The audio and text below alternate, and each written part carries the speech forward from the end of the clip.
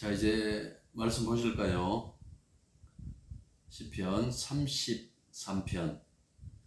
자, 33편은 표제가 없습니다. 표제가 없다라는 것은 이스라엘의 정한 절기 때마다 이 찬송이 불렸다라고 이렇게 보시면 될 것 같습니다. 이 시는 야훼 하나님이 지을 새로운 세상을 바라보며 부르는 이 새 노래죠. 3절에 보면 새 노래라고 이렇게 되어 있죠.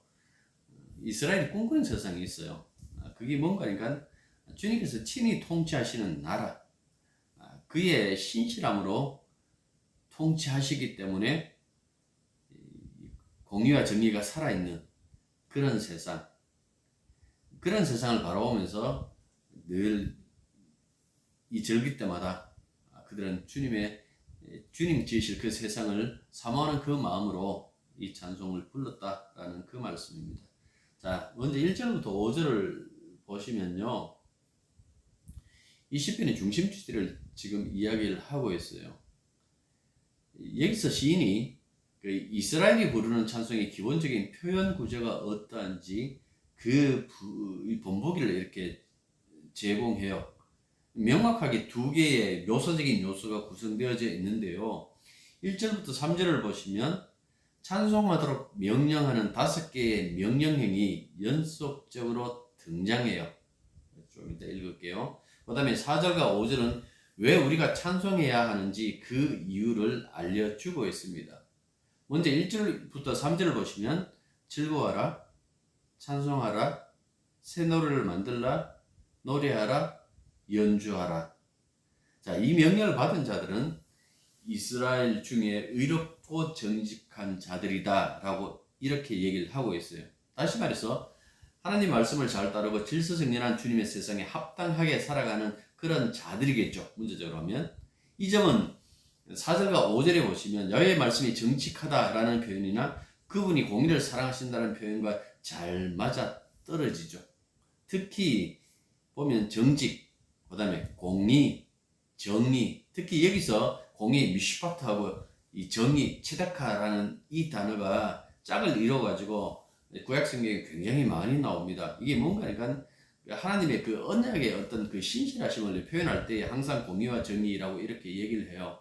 그러니까 공의와 정의 속에서 역사하시고 다스리시는 하나님의 그 모습을 이렇게 표현하고 있다라는 그 말씀이죠. 그러나 공의와 정의 속에서 자기 백성들이 과연 살아남을까라고 했을 때에 그 공의와 정의 앞에서 심판당할 수밖에 없는 그 인간의 연약한 그 모습을 보여줄 수밖에 없잖아요. 그래서 시편을 읽어보시면 그 결정적인 구원의 역할을 하는 것이 무엇인가 하니까 헤세드예요. 뭐 사랑이라고 번역할 수도 있고 인자심으로 이렇게 번역할 수도 있는데요. 이 하나님의 이 헤세드 때문에 인간들이 구원이 되고 또한 이것이 바로 찬송한 이유를 우리들에게 나타내는 줄 수 있는 그런 요건이 된다라고 이렇게 말씀하고 있는 거예요.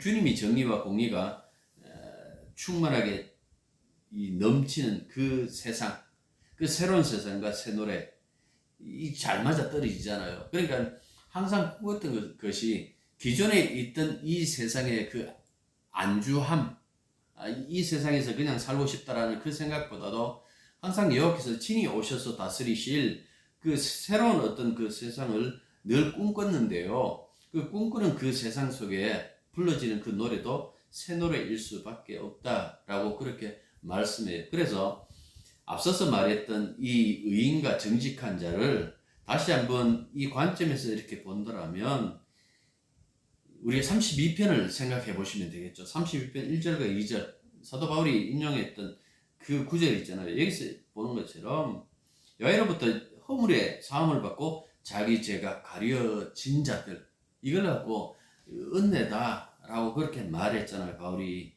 그래 우리의 죄를 값없이 그렇게 사해 주시는 그 이야기를 했는데요.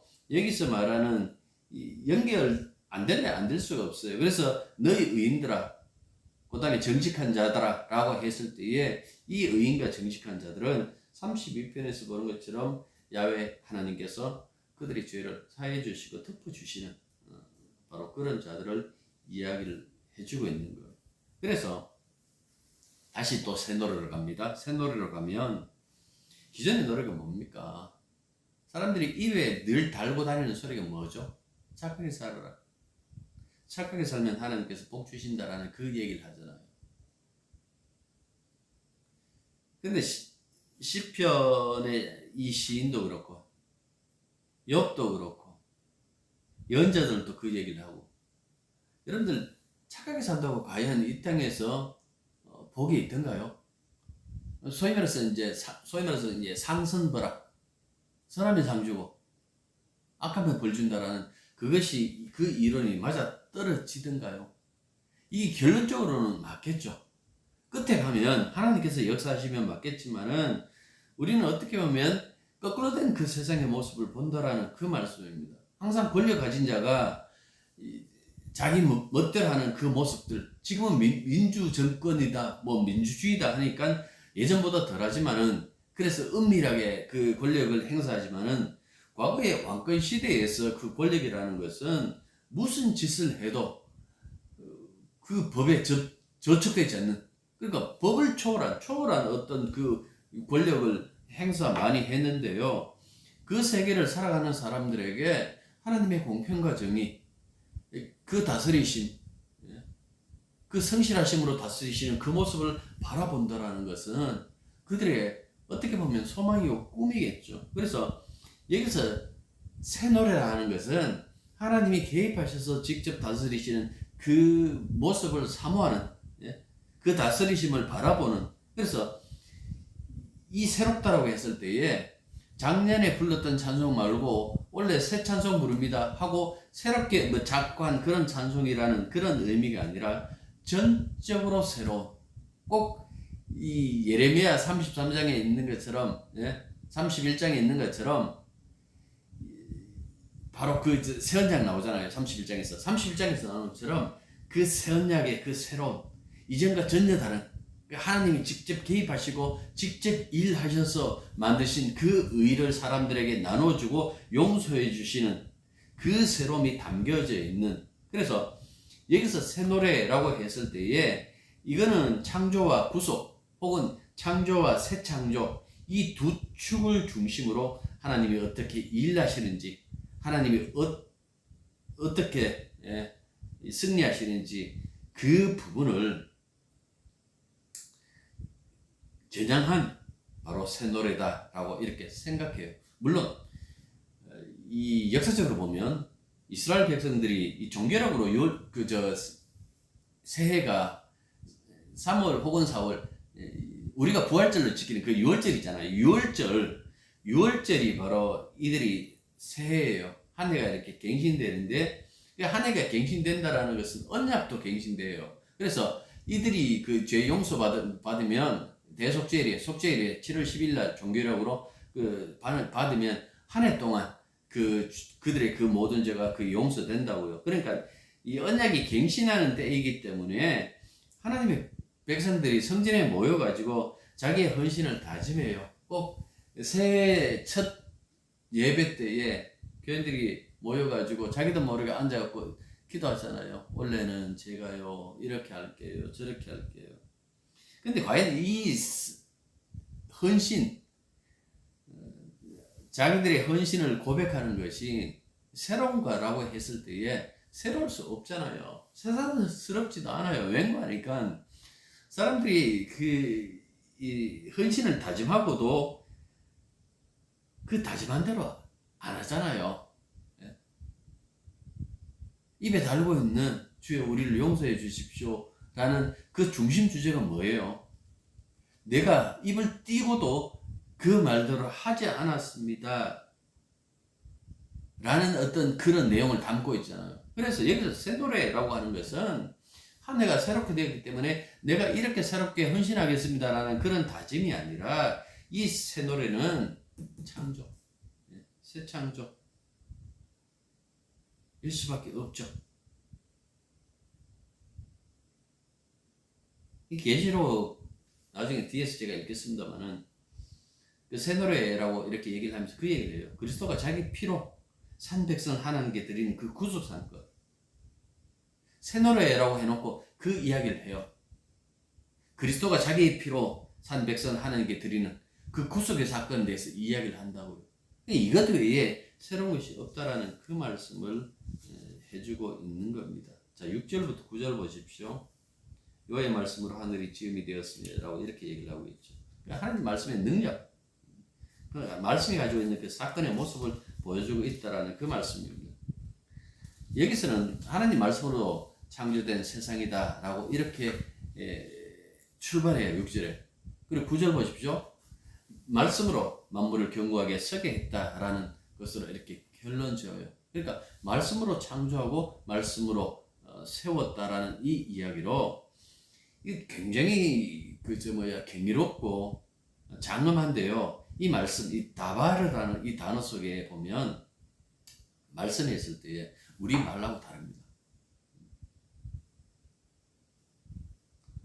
요한복음에 보면 태초에 말씀이 계시니라 라고 하지만은 광야에서 선지자가 등장했을 때 광야에 소리가 있어 이렇게 얘기를 합니다. 분리시켜버려요. 왠고하니까 이 다바르, 이 말씀이라는 이 단어 속에는요 사건이라는 뜻이 들어가 있어요. 하나님 말씀은 사건이에요. 말씀이 곧 사건이에요. 그분이 말씀하시면 그분이 일이 된다라는 그 말씀. 창세기 보십시오. 창세기 보시면 기록된 창조 사건은 다 말씀 사건이에요. 빛이 있으라고 말씀하시니 곧 빛이 있었다라는 것은 사건이 일어났다는 이야기예요. 우리는 말하고 기다리는 것이 아니라 하나님이 말씀하시니까 그 말씀이 사건이 되어서 곧 그것이 일어났다 하고 이야기를 하고 있는 거예요. 달리다 굼 하고 이렇게 얘기를 하니까 죽었던 소녀가 살아나죠. 그러니까 주님의 말씀, 하나님의 말씀은 그 사건이라는 이 원칙을 잘 보여주고 있죠. 왜 이야기를 하는가 하니까 이 세상은 모두 하나님 말씀, 창조주의 말씀에 의존할 수밖에 없다라는 그 얘기를 해요. 말씀으로 창조된 세상이기 때문에 나중에 말씀으로 심판하시고요. 따라서 살아갈 때도 이 말씀을 의지할 수밖에 없다라는 그 말씀을 끊임없이 반복해서 이 구약 성경, 신약 성경을 통해서 우리들에게 얘기해 주고 있는 거예요. 이 세상의 흥망성쇠는요, 다른 것으로 흥망성쇠가 이루어지는 것이 아니라 하나님 말씀에 의해서 결정돼요. 그래서 이 장엄한 다스림, 하나님의 이 다스림 속에서 온 세상은 야훼를 경외하고 그를 찬양해야 된다라는 것이 시편 33편에서 주장하고 있는 바다라는 그 말씀입니다. 앞서서 1절에 의인들, 정직한 자들 여러 면모를 얘기를 했는데요. 만약에 이 단락에서 해석하면 여기서 말하는 의인과 정직한 사람들은 어떤 사람이냐? 창조를 읽어내는 사람. 이 세상의 질서 속에서 하나님의 성실하심을 식별할 수 있는 사람. 쉽게 말하면 주의 영이 계셔가지고 이 세상은 하나님이 창조하셨으며 하나님께서 지금도 은밀하게 성실하심으로 이 세상을 다스리고 계신다라는 그 사실을 아는 사람. 주의 영이 함께 하시니까요. 여기 보시면요. 6절 보십시오. 그 만상을 하반절 보시면 그 만상을 그의 입 기운으로 이렇게 되어 있어요. 입 기운이 뭐예요? 우리가 보면 우, 웨, 르하 이렇게 되어 있어요. 그 르하라는 것이 숨, 호이라고 하지만은 때로는 뭡니까? 성령으로 이렇게 하나님의 영으로 번역되기도 하잖아요. 그렇게 본다라면 여러분들 진짜 믿음으로 말미암아 살아가는 그 사람들에게 나타나는 그 현상 중에 무엇인가 하니까 그냥 어거지로 이 세상은 하나님이 창조했다라고 하는 것이 아니라 믿음의 관점에서 그 얘기를 하는 거예요.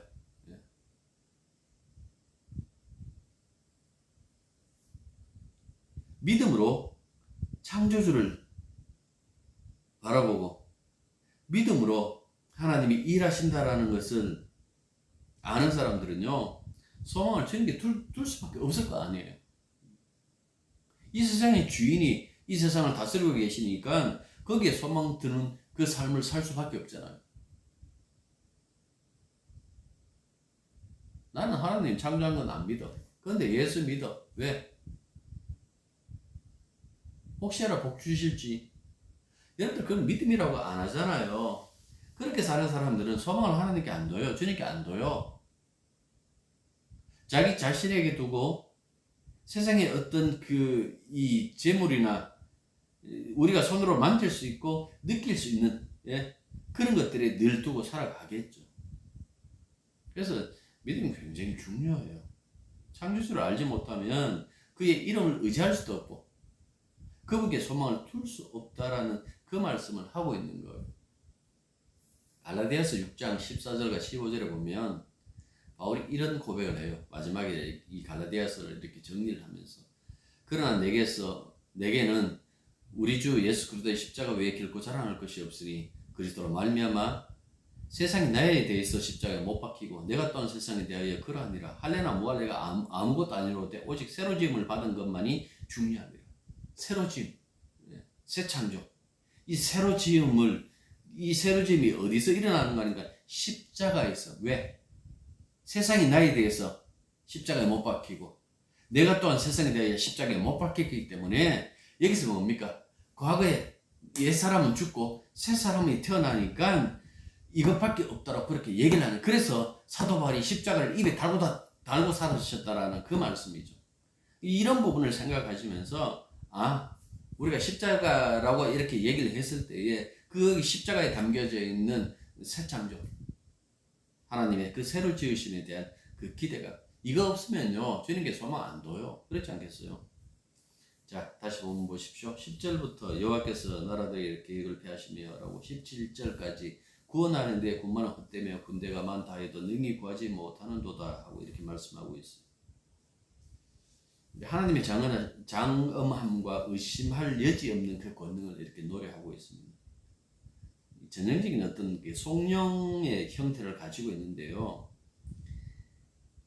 여기 수학적으로 보면 다른 것들과 평행을 이룰 수 없는 주님만의 특징들을 동사들을 통하여 이제 나타내요. 보시면 10절 보십시오. 계획을 폐하시며 폐한다. 그 다음에 그 하반절 보시면 무효하게 하시도다. 무효로 돌리신다라고 그렇게 하고, 그 다음에 보십시오. 그 다음에 이렇게 보시면 이 단어들이 굉장히 많죠. 구보보사, 살피심이요. 구보 살피시는 도다 라는 그 말씀이 굉장히 이렇게 반복적으로 이렇게 얘기를 해요. 12절 보십시오. 여호와를 자기 하나님으로 삼은 나라 곧 하나님의 기업으로 선택된 백성은 복이 있도다 라고 이렇게 얘기를 했어요. 하나님 백성이 되는 것에 대한 그 결론인데요. 자, 이 부분을 좀 자세히 보셔야 될 것 같아요. 여호와를 자기 하나님으로 삼은 나라 곧 하나님의 기업으로 선택된 백성은 복이 있도다 라고 하지만은 주어를 하나님에게 두는 것이 옳을 것 같아요. 그래서 이 하나님께서 뽑으시고 그들의 하나님이 되어주셨다 이렇게 보시면 됩니다. 선택이라는 것이 우리가 선택할 수 없잖아요. 죽었던 에베소서에 죽었던 우리를 다시 살리셨잖아요. 영적으로 죽었던 우리들을 다시 살리셨기 때문에 이 모든 것들은 주님이 하시는 그 일이다라는 그 말씀이죠. 그 다음 16절에서부터 10절 보면 사람들의 계획들이 다 실패한다라고 그렇게 얘기를 하고 있어요. 특히 이 구원에 대해서 이렇게 얘기를 하고 있죠. 많은 군대로 구원 얻을 왕이 없으며 용사가 힘이 세어도 스스로 구원하지 못한다라고 이렇게 말씀하고 있어요. 왜 이렇게 얘기를 하는가 하니까 인간의 모든 계획에 이 끄트머리를 말씀하시는데 이게 끄트머리가 뭐라고요? 실패라고 이렇게 보는 거예요. 인간의 모든 것은 결국 실패할 수밖에 없다. 그 이야기를 지금 이렇게 해주고 있는 거예요. 오직 보시면 10절 보십시오. 10절 보시면 여호와께서 나라들의 계획을 폐하시며 민족들의 사상을 무효하게 하시도다. 여기도 나타나잖아요. 11절 보시면 여호와의 계획은 영원히 있고 그의 생각은 대대에 이르리로다. 오직 야훼 하나님의 그 계획, 그의 생각만이 영원히 선다, 이루어진다 라는 그 말씀을 하고 있는 거예요.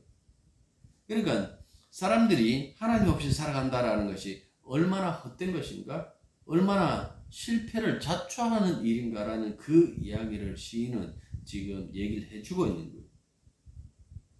127편에 그 얘기를 하고 있죠. 야훼께서 하나님께서 세우지 아니하시면 세우는 모든 것들이 다 헛되다. 그게 집이든 그게 성이든 파수꾼이든 그게 다 헛되다라고 이렇게 얘기를 하고 있어요.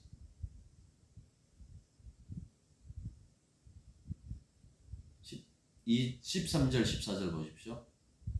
여기 보면 본다 라는 연관된 이 동사 보면 구보보다, 살펴보다, 지켜보다, 하나님께서 인생을 굽어 살피신다라는 것을 굉장히 강조해요.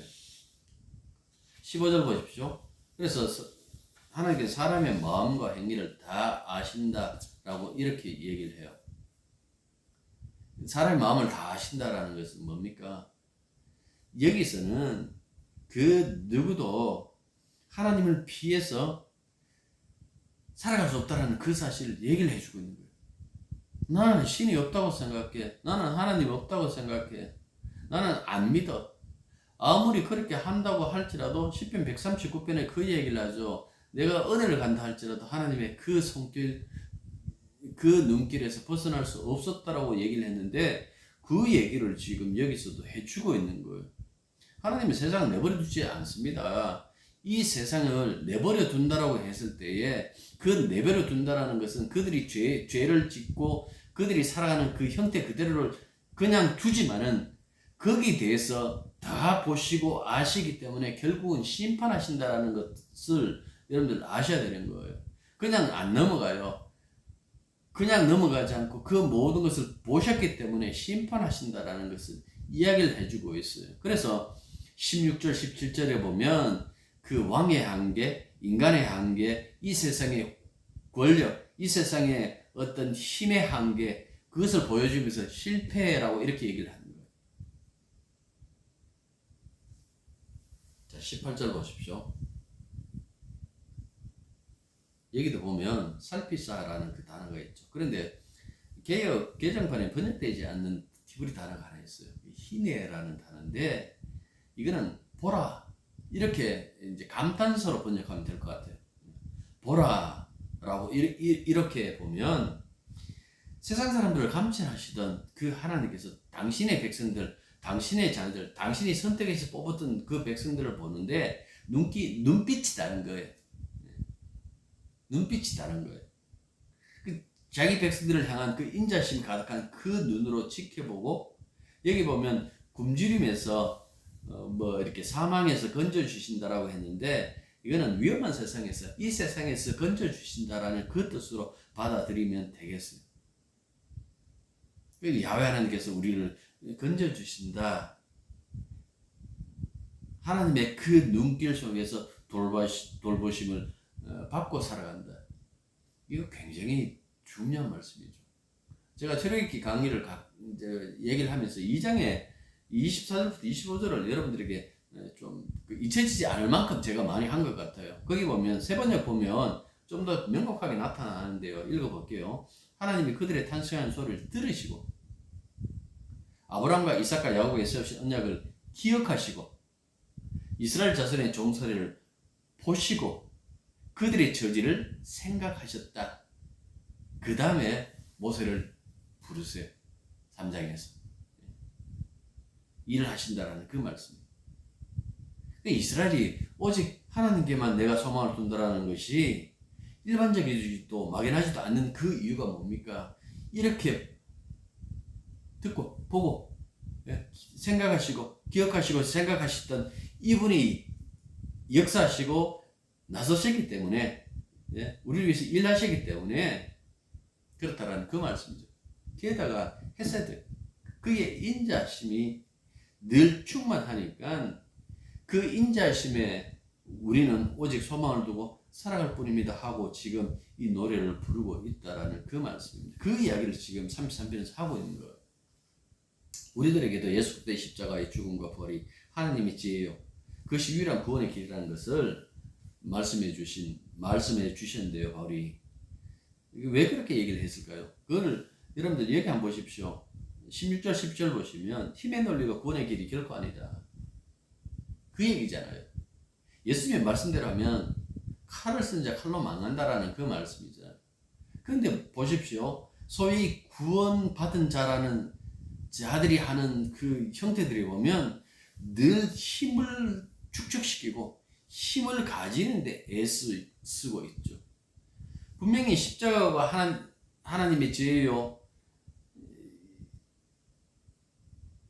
구원받을 유일한 길이다라는 것을 말씀하고 있는데도 불구하고 그냥 힘의 논리에 여전히 거기에 붙들려 살고 있는 거예요.